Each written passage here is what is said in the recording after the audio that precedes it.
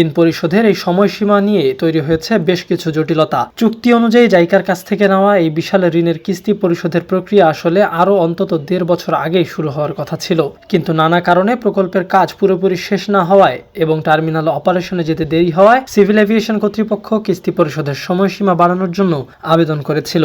সে আবেদনের পরিপ্রেক্ষিতে চলতি বছরের জুন মাস পর্যন্ত কিস্তি পরিশোধের সময়সীমা বাড়িয়ে নেওয়া হয়েছিল, কিন্তু সেই বর্ধিত সময়সীমাও এখন প্রায় শেষের পথে। কর্তৃপক্ষ বলছে আগামী জুন মাস থেকেই এই বিশাল ঋণের কিস্তি আনুষ্ঠানিকভাবে দেওয়া শুরু করতে হবে।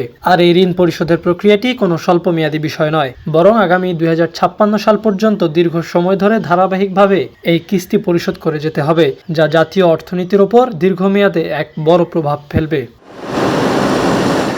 এছাড়া টার্মিনালটি পুরোপুরি চালু না হওয়ার কারণে এর আর্থিক ব্যবস্থাপনা নিয়ে বেশ উদ্বেগ দেখা দিয়েছে। থার্ড টার্মিনাল যখন তার পূর্ণাঙ্গ সক্ষমতা নিয়ে বাণিজ্যিক কার্যক্রমে যাবে, তখন যাত্রী সেবা, আন্তর্জাতিক কার্গো হ্যান্ডলিং এবং অন্যান্য বাণিজ্যিক কার্যক্রম থেকে বিপুল পরিমাণ রাজস্ব আয় হবে। সেই আয় দিয়ে খুব সহজেই ঋণের কিস্তি পরিশোধ করা সম্ভব হবে বলে আশা করা হয়েছিল, কিন্তু বর্তমানে টার্মিনালের আনুষ্ঠানিক কার্যক্রম শুরু না হওয়ায় সেই প্রত্যাশিত আয় এখন শূন্যের কোটাতেই রয়েছে। আয়ের খাতা খোলার আগেই 1100 কোটি টাকার মতো এত বড় একটি কিস্তি চাপ সামলানো কর্তৃপক্ষের জন্য বেশ কঠিন একটি পরীক্ষা হয়ে দাঁড়াবে।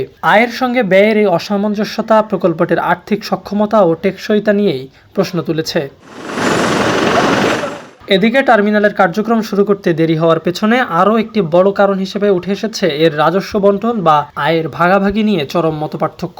টার্মিনালটি চালু হলে গ্রাউন্ড হ্যান্ডলিং সহ বিভিন্ন লাভজনক খাত থেকে যে বিপুল পরিমাণ অর্থ আয় হবে, সেটি কিভাবে বণ্টন করা হবে তা নিয়ে এখনও কোনো চূড়ান্ত সমঝোতা হয়নি। সূত্র বলছে, থার্ড টার্মিনালের অত্যন্ত গুরুত্বপূর্ণ এই গ্রাউন্ড হ্যান্ডলিং ব্যবস্থায় জাতীয় পতাকাবাহী এয়ারলাইন্সের পাশাপাশি একটি বিদেশি প্রতিষ্ঠানও যুক্ত থাকছে, কিন্তু দেশি ও বিদেশি এই প্রতিষ্ঠানগুলোর মধ্যে লাভের অংশ কে কতটা পাবে তা নিয়ে দীর্ঘ সময় ধরে আলোচনা চললেও কোনো চূড়ান্ত ঐক্যমত্যে পৌঁছানো সম্ভব হয়নি। আর এই মতপার্থক্যের কারণেই টার্মিনালটি পুরোপুরি চালু করার ক্ষেত্রে এক ধরনের স্থবিরতা কাজ করছে, যা শেষ পর্যন্ত এই মেগা প্রকল্পের ভবিষ্যৎকে কোন দিকে নিয়ে যায় সেটাই এখন দেখার বিষয়।